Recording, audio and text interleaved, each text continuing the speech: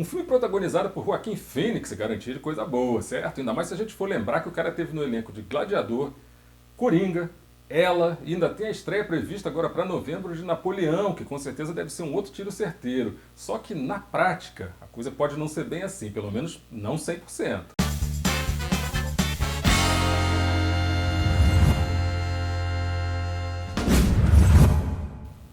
Fala galera do bem, Lúcio Simões sou eu e tenho que confessar uma coisa pra vocês. Eu com certeza também tive uma certa sensação de estranhamento com o filme Tomates Verdes Fritos.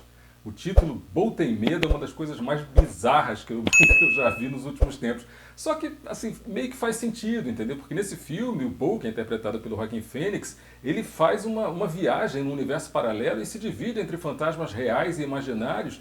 E isso acarreta nele um misto, com certeza, de paranoia, de inquietação e de medo, né? E isso aí faz a gente chegar no coração do novo filme do Ari Aster.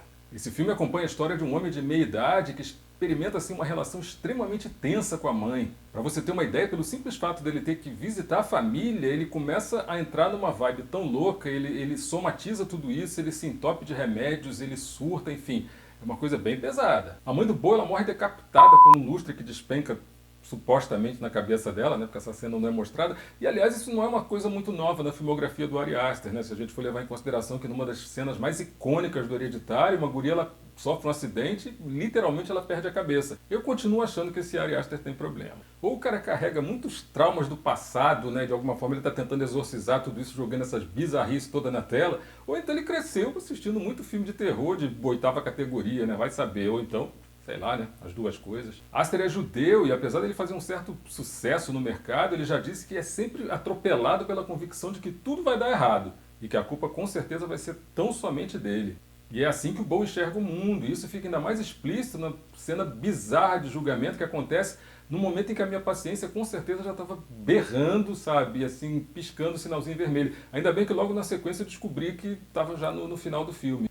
Complexo, difícil e cheio de referências que brotaram, obviamente, da cabeça dodói do Ari Aster, esse filme ele pede uma pausa para uma análise muito paciente depois que começa, sabe, a subir os créditos ali no final. Talvez isso justifique a razão pela qual o cineasta se recusou terminantemente a falar sobre o filme em todas as entrevistas de pré-estreia que ele deu, porque vamos combinar, né? Maluco ia perturbar muito a cabeça perturbada do cara, hein?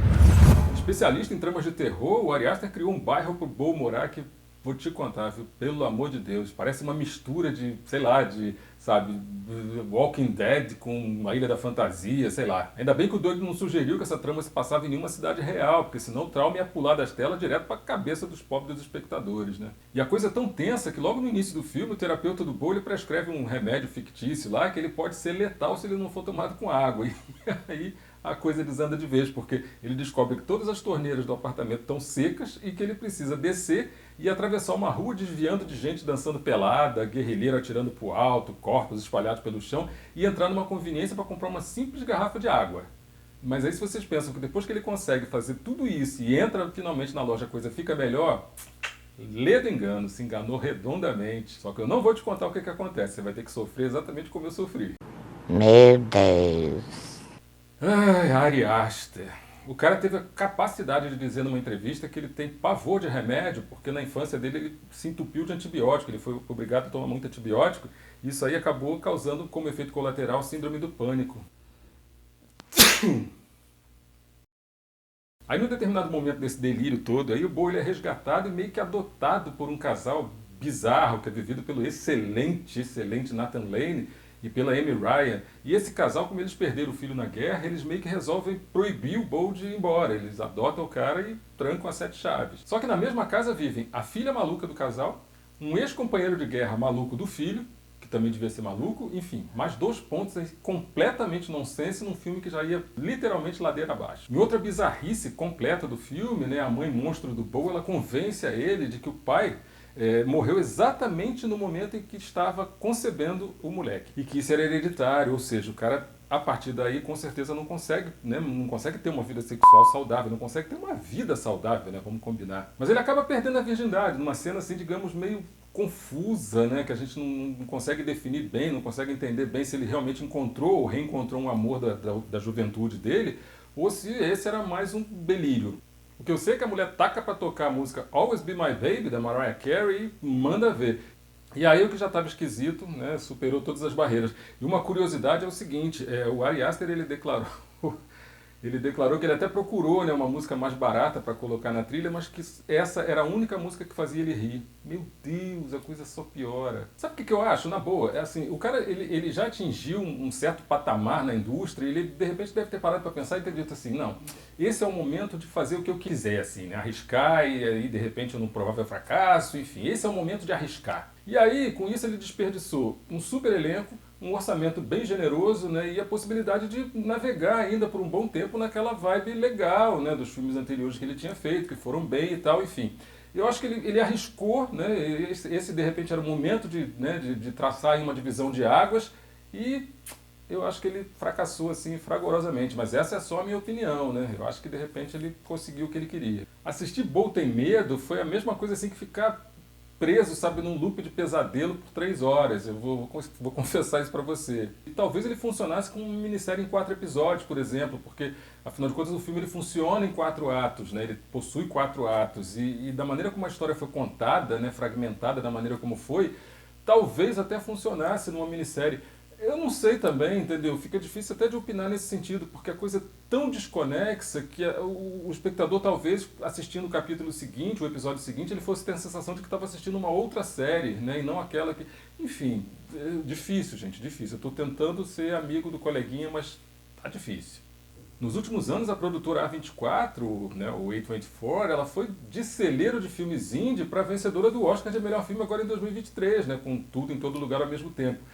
Que eu confesso que eu assisti 15 minutos, desisti, detestei e nunca mais voltei a assistir. Ok, podem me xingar à vontade, porque realmente eu tentei, mas não houve condição. E a gente não pode esquecer que nesse mesmo ano de 2023, a A24 também produziu o drama Baleia, né, o que foi o filme que deu o Oscar de melhor ator para o Brendan Fraser.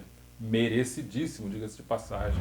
O filme gastou 35 milhões no orçamento do Bow, e isso equivale a 10 milhões a mais do que o orçamento que o Daniel Kwan teve, né, para fazer o Tudo em Todo Lugar ao mesmo tempo.